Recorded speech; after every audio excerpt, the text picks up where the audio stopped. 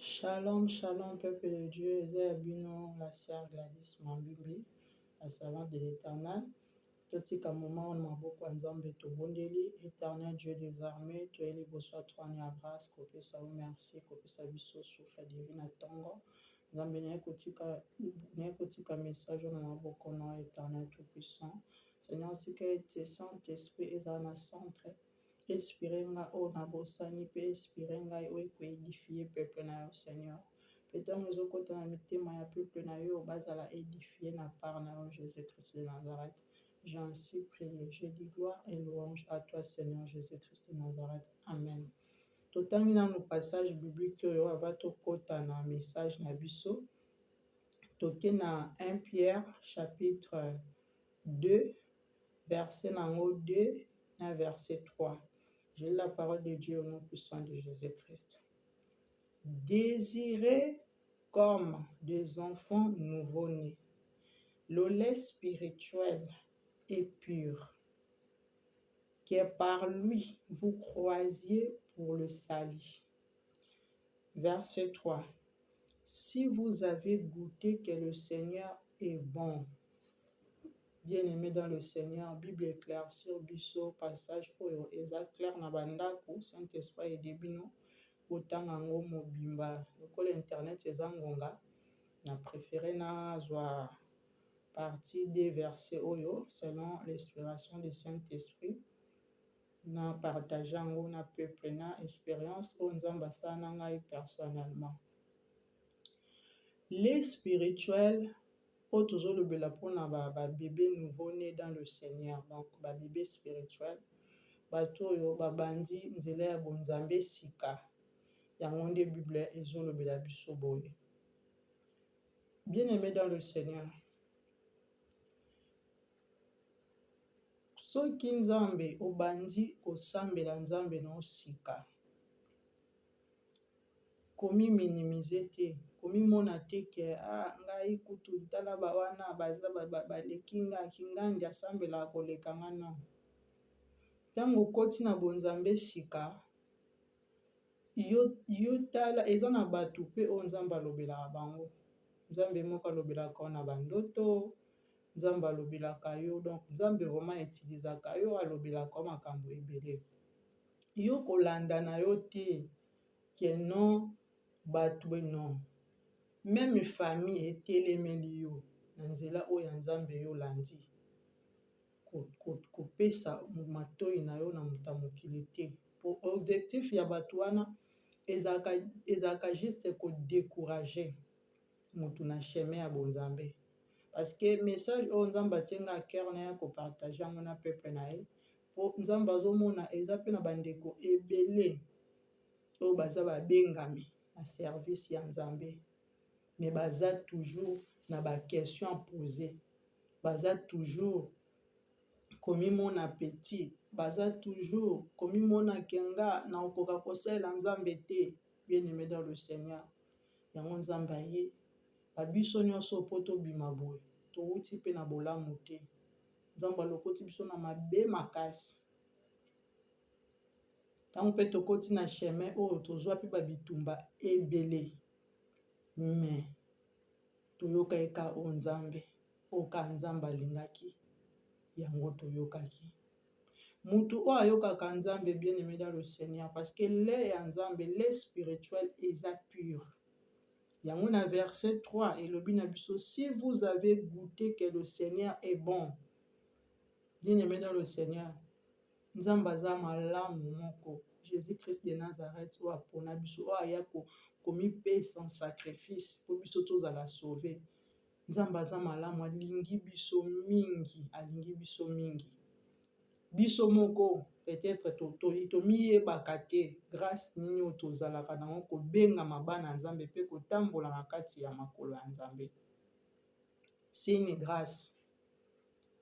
Biso tokendaka wana no bopito okekuta moninga mwasi alali, otali santé na ye, otali mokomosu tokenda kosambela na hôpital boye na kota topo biso tokendaka mingi na urgence. Tokota mingi na basale ya urgence parce que eza recommandation oyo nzambe apesaka ngai selon directif ndenge alekisaka mwana na nga mpe par le chemin wana mpo nayeba tokota na bandi kobondela mpona bamaladi wana nazomona 3 cercueil souffle de vie oyo nzambe azopesa biso chaque jour,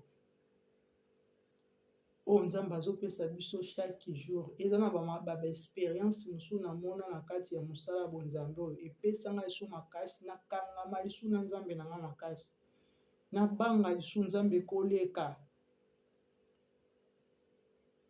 Nzambe soki apona yo, nzambe soki alobelaka yo, yebaka yango mokili etiko kimia te, mokili ekotiko kimia te, monda molili ekotika ozala na kimia te. Mais yo depo guta kele ya spirituel oyo ya bonzambe, depo botama nouveau né dans le Seigneur, parce que kobota moto ozoba moto abotami dans le Seigneur.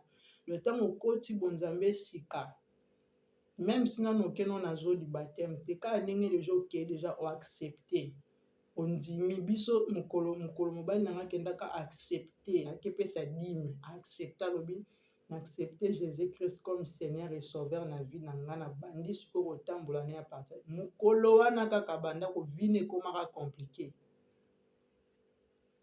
vine ekomaka compliqué. Pe soko oza bébé spirituel nzamba bando osalelo makambo mosusu ya minene otala bana kutu nakuna gena makasi te, metande nzamba osalelanga ba miracle. Oh oui, c'est possible. Nzamba asalelo makambo minene tango yi epane na bonzambe sika. Ningi Bible ezoba na biso les spirituels eza pur na kati ya bonzambe. Nzamba alingi biso mingi, alingi biso mingi, alingi biso mingi.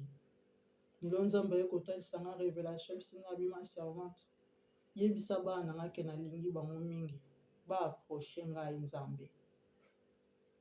Toya na sa makolo ya Yesu babiloko ya mokili oyo eza nango vanité ekoleka nango.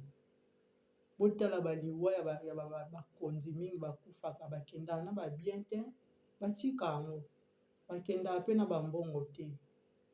Tokangama na nzambe, tokaba vi na biso na prière, tobondelaka nzambe, tozala na présence ya nzambe, toyoka nzambe. Appétit vient en mangeant. Il faut ça toujours na sa makolo ya nzambe ozoyoka ozosambela. Nzambe azo utiliser pe na banzela pe ya ba YouTube ndenge nzambe asala biso pe grâce to compager évangile partout na nzela nango. Oza pano okutani pe na video moko boye pe édifier yo, fortifier yo, tozala makasi, to abandonner te, tolinga nzambe, tomipesa na bonzambe. Dieu est capable de tout. Na minute eza na bato mosusu azolela abi ngai vraiment nani akotianga ka naye koloba na ndeko wana nzambe alingi yo, nzambe amonaka yo. Même si place oza, même si problème nini oyo okutani nango na ngonga oyo, nzambe alingi yo mingi. Nzambe alingi biso mingi, alingi biso mingi, nzambe alingi biso vraiment mingi. Nzambe alingi biso. Tokangama na nzambe, totika na biso babiloko ya mokili eza nango vanité. Les spirituels eza pur, les spirituels eza pur. Donc soki déjà goûté nango okoki suko bima te, obima te okende wapi po déjà goûté nango eza déjà pur, goûté nango vraiment que lait eza lait moko pur. Donc depuis to goûta na Seigneur que tokoma déjà toyeba déjà que Seigneur est bon. Si vous avez goûté que le Seigneur est bon, s'attacher à Jésus, même si bako persécuté, même si vous na épreuve, Jésus-Christ reste Seigneur. Jésus-Christ reste Seigneur. Totele ma place oyo, toza en échec te. Ato moni vent, n'est ko édifier mutu moko. Parce que musalo tozo sala, ce qui même âme moko eza sauvé na lola kuna feti munene. Donc, naye ko édifier mutu moko kaka dans le Seigneur. Bandeko nanga, tokangama na Nzambe. Tokangama na Nzambe. Nzambe alobelaka biso na balolenge ebele. Nzambe alobelaka biso na ba travers pe ya basali na ye. Nzambe azoloba. Bible pe enseigneaka biso makasi. Tozaka na habitude ya kotanga Bible. La Bible nous dit rachetez le temps car les jours sont mauvais. Rachetez le temps car les jours sont mauvais. Nzambe alingi mutu nyonso. Nzambe alingaka te mutu akufa na masumu. Nzambe alingi biso nyonso. Alingi biso nyonso. Soki osapproche na Nzambe, obotami ya sika, omeli lait spirituel oyo eza pur, okoyoka bilenga Nzambe. Nga Nzambe apesanga kimia. Nga oyo nazoloba liboso na bino, nazalaka so na meli masanga te na olala te. Mais lelo oyo nazwa donc depuis na kita na likambo wana ya komela masanga, nazwa kimia moko oyo mokili ekopesanga te. Na santa na bando omema lourde fardeau moko depuis na kiti sango nazwa vumo oyo kaka paix du cœur. Yango ezalaki partage ya ntongo ya lelo. Kolemba te. Yo deja okota na chemin ya bonzambe. Kolemba te. Continue na Nzambe. Kobana kozala na présence ya Nzambe. Kobana koyoka Nzambe oyo apona yo, oyo alobela yo makambo. Yoka Nzambe. Notre Dieu est fidèle. Aza fidèle moko ya kosakana te. Soko omeli miliki ya spirituel. Eza pur. Eza na tâche moko te. Epesa mutu chagrin te. Omuna kaka neti operde te. Wana vraiment eza témoignage vrai. Nga depuis na tika masanga. Na tika ba biloko nyonso tu ya mokili oyo. Nazwa kimia moko. Nazwa vraiment paix moko à l'intérieur de moi. Bokoki ko imaginer te. Nzambe apesa mutu kimia, apesa mutu joie. Oyo oza Nzambe azolobela yo, salela nga. Lelo na ntongo lelo na ye kotelemisa yo na kombo na Yesu. Salela Nzambe na yo. Na lolenge oyo alingi osala. Yo mutu ozotambola na kobanga Nzambe, continue kotambola na kobanga Nzambe. Kotala bepreuve te. Kotala bepreuve te. Tango oyaki bébé spirituel, ozalaki nano mwana oyesika na makolo ya Nzambe. Obandaki komona makambo ebandaki kosala na balolenge mosusu. Mais au fur et à mesure ozo approcher na présence ya Nzambe, ozomona ba bitumba ezochanger au forme. Kobanga te. Eza ba dimension Nzambe omatiso ba dimension, eza ba dimension élevée. Yango ozomona na ba biloko wana. Ndeko garder position na Nzambe, garder foi na yo. Garder position na ba oyo bozokoka te. Nzambe Saint-Esprit etelemisa bino. Boya na présence ya Nzambe. Nzambe aza fidèle. Akomema bino place o mokili ekokomema bino te.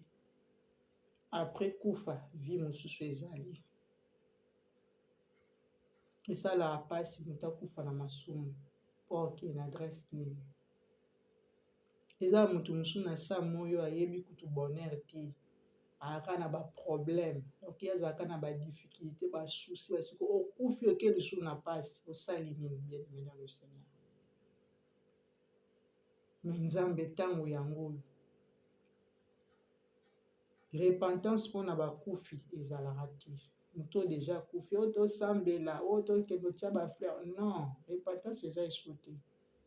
Repentance eza pour na ba vivante. Tango za vivant, tango yango. Oyo ozokutana na bepreuve kolemba te. Kobana koyoka Nzambe na yo. Kobana kozala na présence ya Nzambe. Bato pe boza malade, Dieu est capable de tout.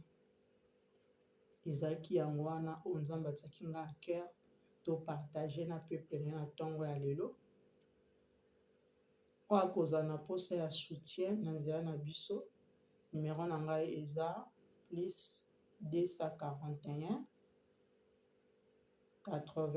plus 241 62 85 13 75 soki obengi okozwanga moko Sœur Gladys toconsulte nzambe mpona likambo oza nango.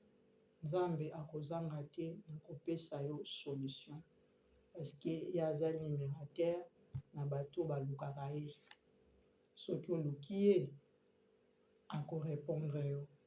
Ezalaki yango wana nayaki nango na ntongo ya lelo oyo nzambe atiaki nga cœur po na bana na ye édifie ata motu moko. Nzambe apambola biso. Yo mpo moto kokutana na message, partage sala évangile na yo, partage message oyo. Saint-Esprit ye moko akoyede bandeko mosusu. Tobandaki na ye alpha pe tosuki na ye oméga. J'ai ainsi prié, je dis gloire et louange à toi Seigneur Jésus-Christ de Nazareth. Amen.